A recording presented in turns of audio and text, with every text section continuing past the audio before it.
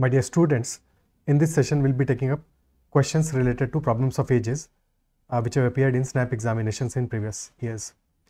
Basically, as far as problems on ages are concerned, एक छोटा सा example लेके बात को समझते हैं. Let us say there are two persons A and B, and age of A is 24 years and that of B is 30 years. Okay, so ratio क्या है इनकी एज का? एज का रेशियो इज 4:5. ए और बी का एज का ratio is 4:5. ठीक है. What happens that after 6 years ए का एज क्या हो जाएगा? 6 ऐड हो जाएगा, यानी कि 30 years हो जाएगा. And that of B will also be 30 + 6 यानी कि 36 years. So one thing that always remains constant between persons, जो भी उनका एज होगा, तो एज का डिफरेंस आ रहा है हमारा 6 years पहले 6 years का, और अब बाद में फाइनल एज का भी डिफरेंस उतना ही रहेगा, बिकॉज दोनों की एज सेम फ्रीक्वेंसी से बढ़ेगी, उतना ही बढ़ेगी, जितना पहले की बढ़ रही उतना दूसरे की बढ़ी, तो डिफरेंस तो हमेशा कांस्टेंट रहेगा. तो एज वाले क्वेश्चन में एक चीज जो हमेशा ध्यान में रखनी है कि जो डिफरेंस है हमारा that will always be constant. Ratio क्या आ जाएगा यहाँ पे? दूसरे वाले केस में रेशियो हमारा आ जाएगा 5:6. ठीक है. सो अगर रेशियो भी गिवन है तो भी रेशियो के बीच का जो डिफरेंस है वो भी सेम होना चाहिए, वो भी सेम ही होगा. जैसे यहाँ पे दोनों केसेस में 1 unit का डिफरेंस आ रहा है. बट एक दूसरा एग्जांपल है, लेट अस से P और Q दो पर्सन्स हैं हमारे, और P और Q के एज का डिफरेंस प्रेजेंट में है 3:4 का. ओके.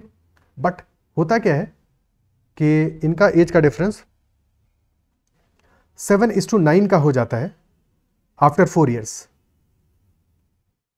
आफ्टर 4 years एज का डिफरेंस, इनका एज का रेशियो 7:9 का हो जाता है. तो क्वेश्चन हमसे पूछ रहा है कि P की एट प्रेजेंट एज क्या है? एज ऑफ P क्या होगी? Age of P at present क्या होगी? तो अगेन यहाँ पे अगर हम डिफरेंस देखें तो फर्स्ट वाले केस में डिफरेंस है 1 unit का, बट सेकंड वाले केस में डिफरेंस है 2 units का. तो सबसे पहला काम हम करेंगे कि डिफरेंस को सेम करेंगे दोनों केसेस में. ओके. सो ऐसा करने के लिए हमें क्या करना पड़ेगा? दूसरे केस में डिफरेंस 2 units का है, तो पहले केस को मल्टीप्लाई करें 2 से, तो रेशियो हमारा आ जाएगा 6:8 का. अब यहाँ भी डिफरेंस 2 units का है और इधर भी डिफरेंस 2 units का है. अब अगर हम P की एज को कंपेयर करें तो पहले वाले केस में है 6 units, दूसरे वाले केस में है 7 units, यानी कि 1 unit ज़्यादा है, 1 unit ज़्यादा है. और ये 4 साल बाद की सिचुएशन है, यानी कि 1 unit is equal to 4 years. If 1 unit is equal to 4 years, यानी कि age of P at present age of P कितना होगा? 6 units होगा, यानी 6 × 4 24 years होगा. और Q की एज होगी 8 × 4 यानी कि 32 years. So is that clear? ठीक है. Easy question. अब डायरेक्टली क्वेश्चंस पे चलते हैं और वहां पे इस कॉन्सेप्ट को अप्लाई करेंगे जहां पे भी जरूरत पड़ेगा, और बाकी और एडिशनल चीजें जो सीखनी होंगी वो सीखेंगे. फर्स्ट क्वेश्चन जो कि इस ईयर ही आया है, age of Raghu is 3 years more than 4 times the age of Hemant at present. यहाँ पे तो क्वेश्चन बनानी पड़ेगी. Age of Raghu is 3 years more than 4 times the age of Hemant. तो अगर रघु की एज R है और हेमंत की एज H है एट प्रेजेंट, तो it is given that age of Raghu R is equal to 4 times the age of Hemant plus 3. That is our first equation. Then 5 years from now age of Raghu क्या हो जाएगा? That will be R + 5. 5 years के बाद में age of Raghu will be R + 5 and age of Hemant will B H + 5. And question is saying age of Raghu will be 1 year more than thrice the age of Hemant. So thrice the age of Hemant will be 3 × H + 5 and plus 1 will be age of Raghu. So this will be our second equation. ठीक है. हमें पूछा गया age of Raghu at present क्या होगा, यानी कि R की वैल्यू हमसे क्वेश्चन में पूछी है. सो क्या कर सकते हैं हम यहाँ पे कि R की जगह पे सबसे पहले तो 4H + 3 पुट कर दें सेकंड इक्वेशन में, और जैसे ही ऐसा करेंगे so this will become 4H + 3 + 5 and that is equal to 3H plus 15 plus 1. So 4H minus 3H, H will be equal to 16 minus 8. So H will be equal to 8. So at present Raghu की as आ जाएगी 8 × 4 plus 3 and that is equal to 35 years. Is this clear? Option B हमारा answer आ जाएगा. क्या ये बात समझ में आती है? ठीक है. एक और चीज जो इस क्वेश्चन में की जा सकती थी कि क्योंकि हमें पता है कि रघु का age is equal to 4 times the age of Hemant plus 3, यानी कि रघु की एज इज 4 का मल्टीपल प्लस 3, 4 के मल्टीपल से 3 ज्यादा है. So whatever answer is in 4K + 3 type, that is the only possible case क्योंकि एट प्रेजेंट ही पूछा है रघु की age, is that it so? तो 4k+3 टाइप में सिर्फ और सिर्फ एक ही ऑप्शन है हमारा 35, तो that is the probable answer. लेकिन नन ऑफ दीज भी गिवन है, तो हमें 35 को चेक जरूर करना पड़ेगा उसके बाद में भी कि 35 इज इक्वल टू 4k+3, सो यहाँ से या 4h+3, तो h यानी हेमंत की प्रेजेंट एज आ जाएगी 8 ईयर्स की। तो 35 के केस में हेमंत की प्रेजेंट एज आ जाएगी हमारी 8 ईयर्स की। सो 5 years down the line Hemant की एज हो जाएगी 13 एंड रघु की एज हो जाएगी 40। तो 13 × 3 is equal to 13 × 3 + 1 is equal to 40। तो यस, सेटिस्फाई कर रहा है कंडीशंस को, तो ऑप्शन बी हमारा आंसर होगा। तो अगर आप ऑप्शन से जाते हो इस केस में, तो उस केस में वेरीफाई करना is important because none of this option given है। अगर नन ऑफ दिस नहीं गिवन होता तो वेरीफाई किए बिना हम डायरेक्टली मार्क कर देते कि हाँ हमारा आंसर फॉर श्योर यही आने वाला है। Is it clear? Next question पे चलते हैं। अगला क्वेश्चन कह रहा है the sum of ages of mother and daughter is 42 years. After 3 years the age of mother will be 3 times that of the daughter, then mother's age after 3 years will be what? 3 साल बाद की as पूछ रहा है। At present जो सम of edges है mother और daughter का, दैट इज 42 ईयर्स। ठीक है, 3 ईयर्स के बाद में क्या होगा? 3 ईयर्स के बाद में मदर की एज भी 3 ईयर्स बढ़ जाएगी और डॉटर की एज भी 3 ईयर्स बढ़ जाएगी, यानी कि सम में फर्क पड़ेगा कितना? 6 ईयर्स का। तो टोटल सम हो जाएगा 48 ईयर्स का। And question is saying after 3 years ratio of age of mother will be 3 times that of daughter, यानी कि मदर और डॉटर का एज का रेशियो आ जाएगा 3:1 का। And if that is so 3:1 का रेशियो आ रहा है इनका, तो 4 यूनिट्स है टोटल सम और 4 यूनिट्स की वैल्यू है 48, यानी कि 1 unit will be equal to 12 years. So age of mother आ जाएगी 3 यूनिट्स, यानी कि 3 × 12 36 years. Is it clear? Option C answer आ जाएगा, क्योंकि 3 साल बाद की ही एज पूछ रहा है। अगर एट प्रेजेंट की एज पूछा 36 - 3 कर देते, आंसर आया था हमारा 33 ईयर्स और डॉटर की प्रेजेंट एज है 9 ईयर्स। क्लियर है? Next question. Next is John's grandfather was 5 times older to him 5 years ago। 5 years ago की अगर हम बात करें तो जॉन के जो ग्रैंडफादर हैं उनकी एज जॉन की 5 times थी, यानी कि 5:1 का रेशियो था।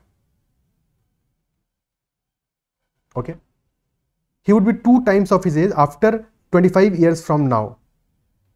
तो -5 years से हम बात कर रहे हैं और फिर आज से 25 years के बाद में क्या सिनारियो बनेगा कि he would be 2 times of his age after 25 years। तो 2:1 का रेशियो रहेगा। डिफरेंस कितना है?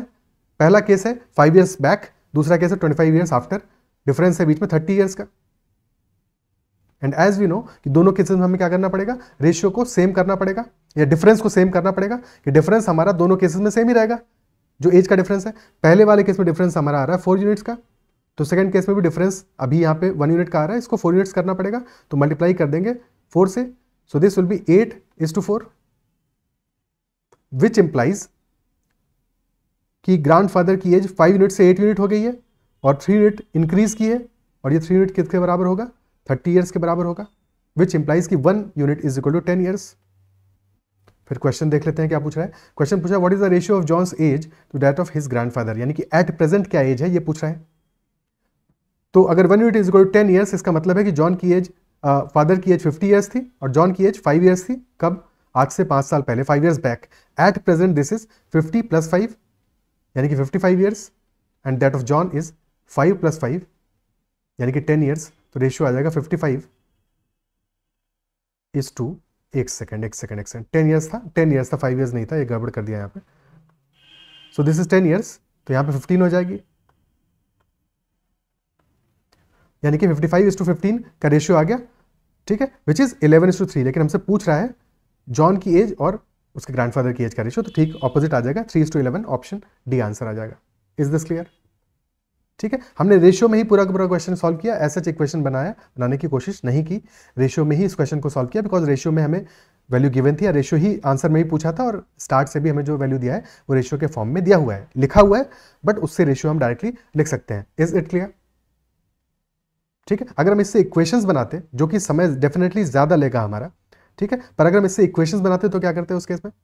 अगर हम इससे इक्वेशंस बना रहे होते तो पहला इक्वेशन हम बनाते हैं 5 ईयर्स बैक का, यानी कि 5 ईयर्स बैक ग्रैंडफादर की एज हो जाएगी G-5, which will be equal to 5 times of John की एज -5। ये पहला इक्वेशन बनेगा। सेकंड इक्वेशन बनेगा आज से 25 ईयर्स बाद का, यानी कि G + 25, and this will be equal to 2 times J + 25। और पहली इक्वेशन से जी की वैल्यू सेकंड में पुट कर देंगे या जे की वैल्यू सेकंड में पुट कर देंगे, उससे हम जी और जे में से किसी भी एक की वैल्यू निकाल सकते हैं और उसके बाद में बाकी चीज़ों को सॉल्व करेंगे और रेशियो निकालेंगे। बट वो थोड़ा सा टाइम ज़्यादा लेगा और अंडरस्टैंडिंग वाइज भी ये जो पहला अप्रोच है हमारा ये ज़्यादा आसान है, ज़्यादा बेटर है। Is it clear? क्या ये बात समझ में आती है? ठीक है, ओके, नेक्स्ट क्वेश्चन पे चलते हैं।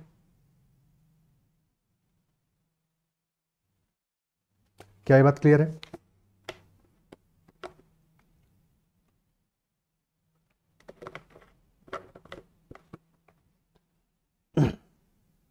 अच्छा, एक छोटी सी चीज़ और इसमें क्वेश्चन में हम कर सकते थे, तो वो छोटी सी चीज़ माइनर चीज़ है बट उसको भी देख लेते हैं, क्योंकि हमें रेशियो ही निकालना है, हमें एक्चुअल एज तो निकालनी ही नहीं है। तो हमको पता है कि 1 यूनिट हमारा कितना आ रहा है, 10 ईयर्स के बराबर आ रहा है।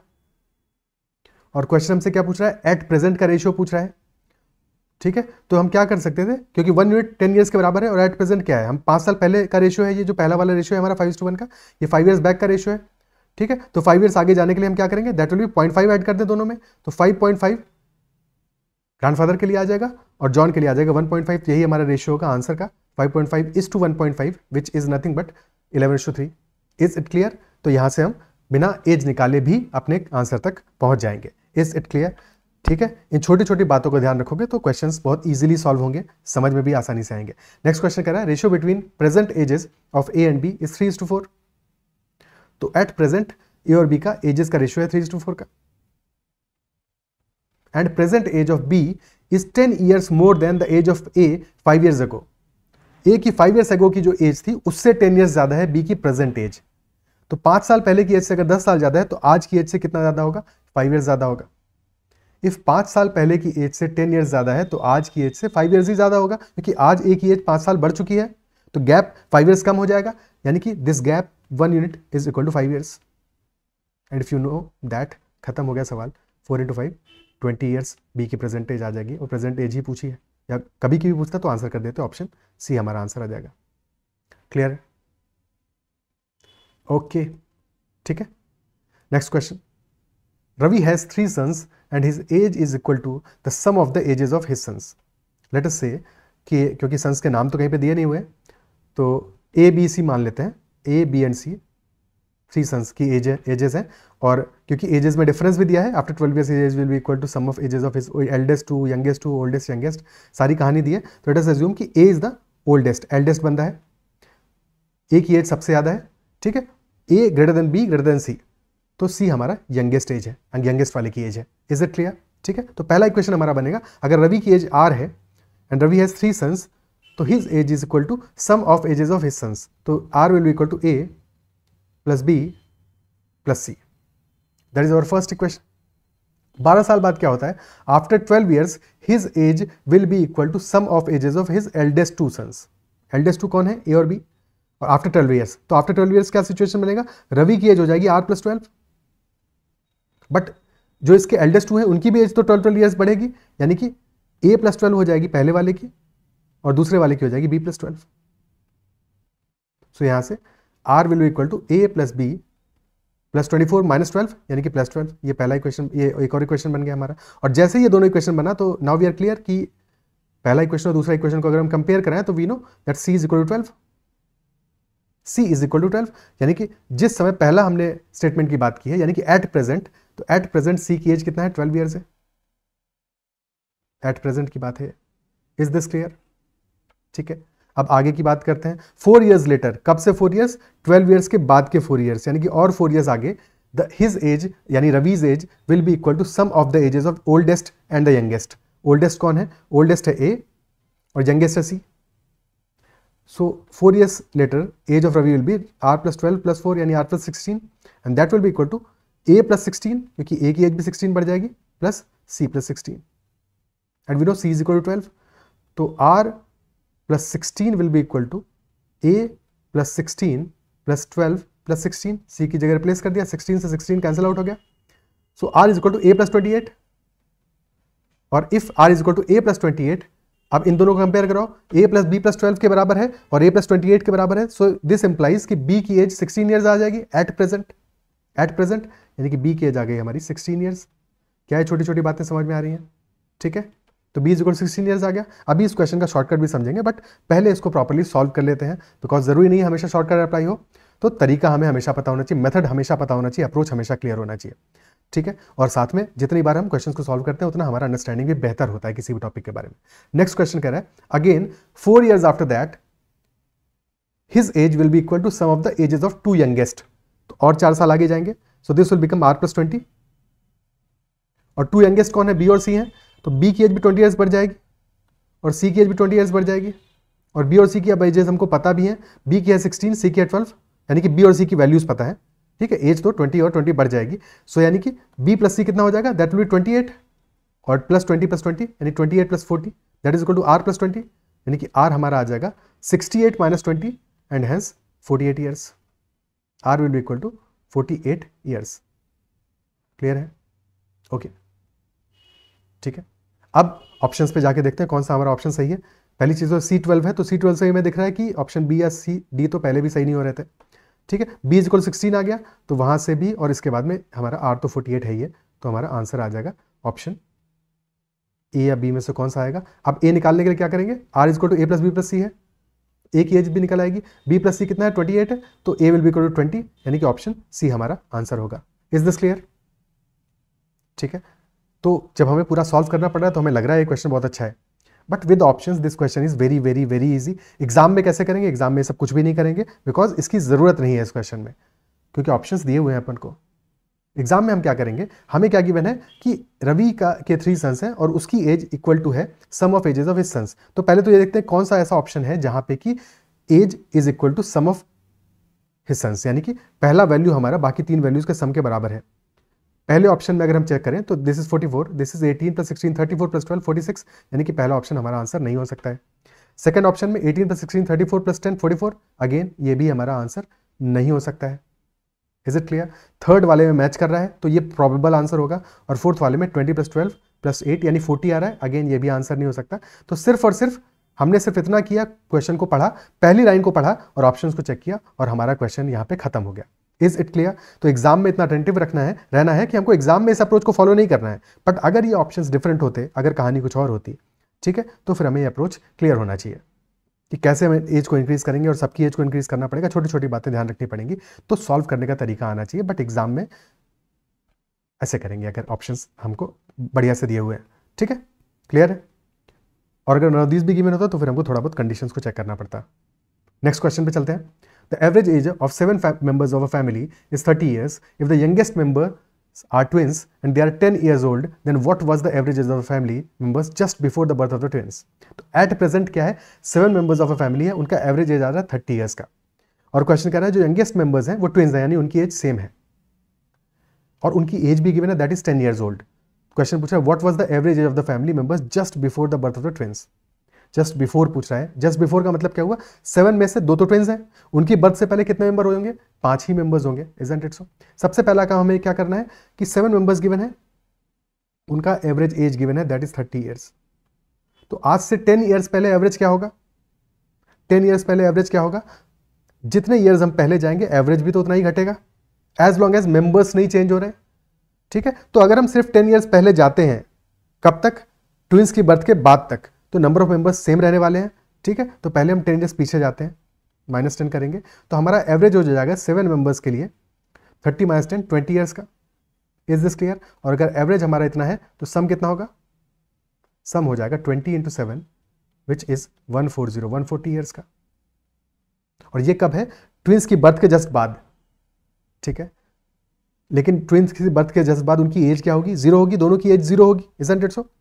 बाकी 5 मेंबर्स की हमें एज नहीं पता, लेटर से A B C D E है, पर इन दोनों की एज तो 0 है, 0 है, ठीक है। तो अब अगर हम बचे हुए 5 मेंबर्स यानी इनकी बर्थ से जस्ट पहले का एज का एवरेज निकालेंगे, तो एज का सम क्या चेंज होगा, सम तो सेम ही रहेगा बिकॉज दोनों की एज 0 है, सम हमारा अभी भी 140 रहेगा, बट एवरेज चेंज हो जाएगा because number of members change हो गए।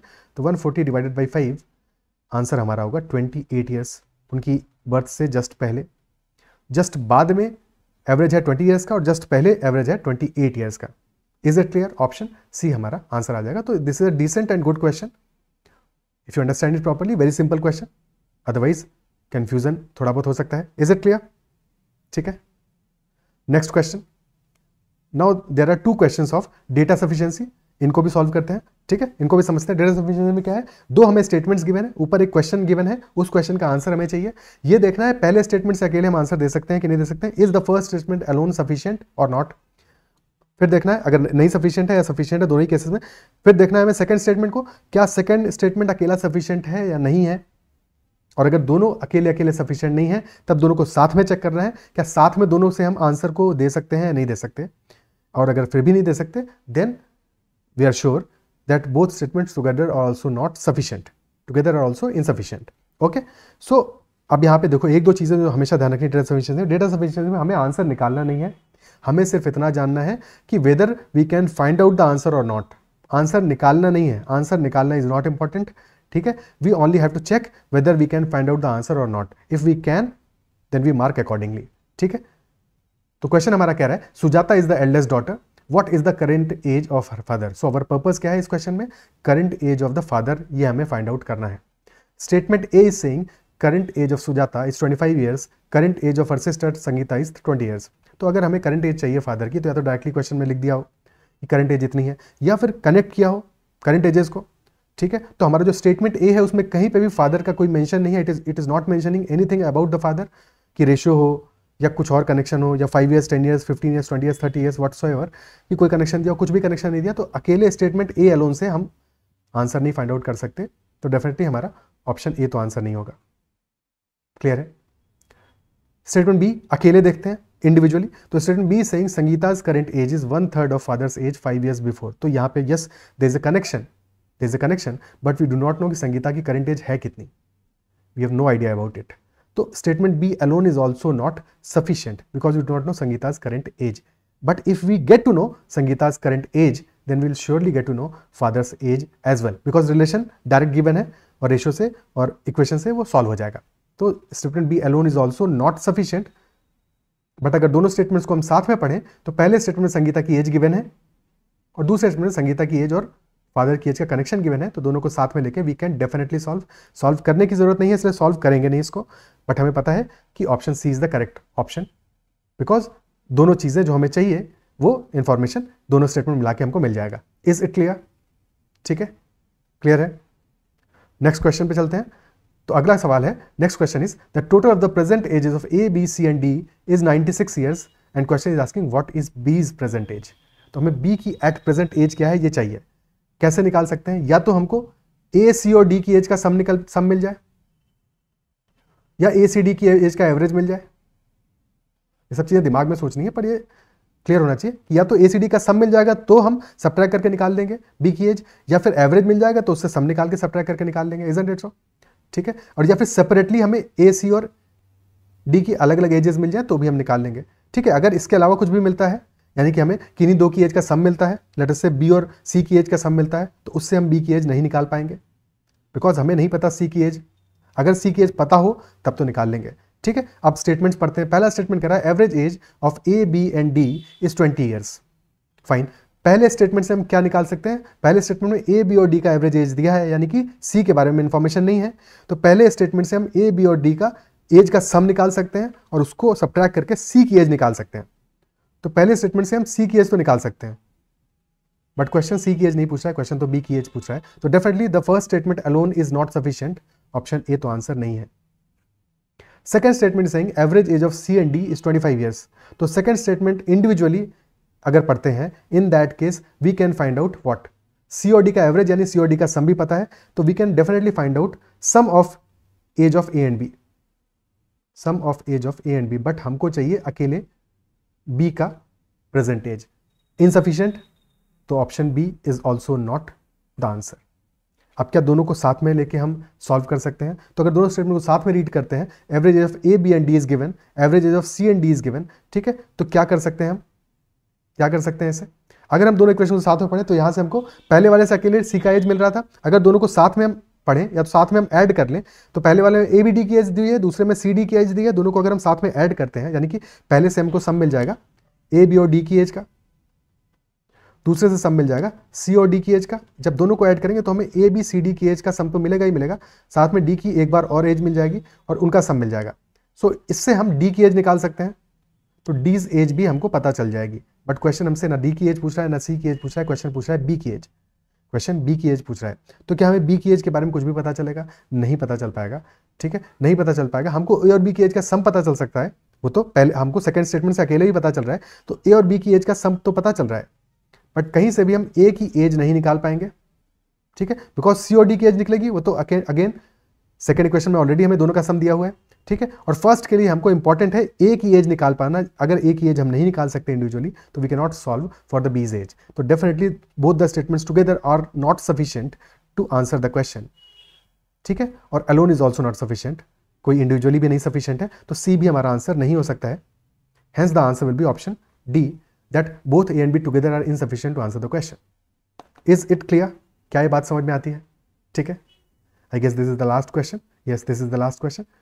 सो आई एम श्योर कि आपको सेशन पसंद आया होगा, चीज़ें समझ में आई होंगी, और अब पहले भी बहुत ज़्यादा इशू नहीं आता होगा, बट अब बेटर अप्रोच आपको क्लियर हुआ होगा कि कभी भी एजेस का कोई भी क्वेश्चन आए, कितना भी ईजी या डिफिकल्ट क्यों ना हो, with these approaches you can definitely solve all the questions. Okay, so if you like this session तो डेफिनेटली लाइक करना है इस सेशन को, अगर सेशन पसंद आया आपको तो। अगर चैनल को सब्सक्राइब नहीं किया है तो ज़रूर सब्सक्राइब कर लीजिएगा। एंड शाम तक आई विल ट्राई कि बाइनरी लॉजिक का एक सेशन अपलोड कर दूं, और डिसऑनेस्ट सेलर का आज शाम तक या कल मॉर्निंग तक सेशन अपलोड कर दूंगा, ठीक है। सो बिकॉज उसके बारे में भी कमेंट आ रहा है। Okay Vishakha, so that's all for this session. Bye bye, take care, फिर मिलते हैं अगले सेशन में।